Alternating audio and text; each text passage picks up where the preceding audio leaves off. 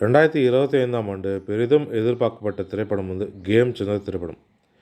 இந்த திரைப்படம் என்னதான் நேரடி தெலுங்கு திரைப்படமாக இருந்தாலும், இயக்குனர் ஷங்கர் இந்த திரைப்படத்தை இயக்குறதுனால, தமிழ்லையுமே இந்த திரைப்படத்துக்கு பெரும் எதிர்பார்ப்பு ஏற்பட்டிருந்தது.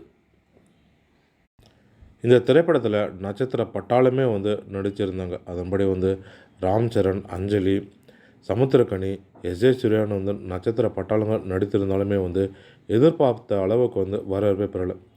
அதற்கு மாறாக கலவையான விமர்சனங்களும், சில இடங்களில் கடுமையான விமர்சனங்களுமே நிலவியது இந்த திரைப்படத்துக்கு.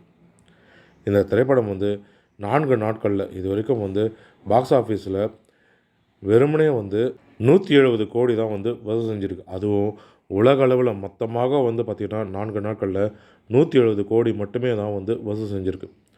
மொத்தமாக இந்த திரைப்படம் 450 கோடி செலவு செஞ்சு இந்த திரைப்படத்தை எடுத்திருக்காங்க. இது வரைக்குமே 170 கோடி தான் வசூல் செஞ்சுருக்கு.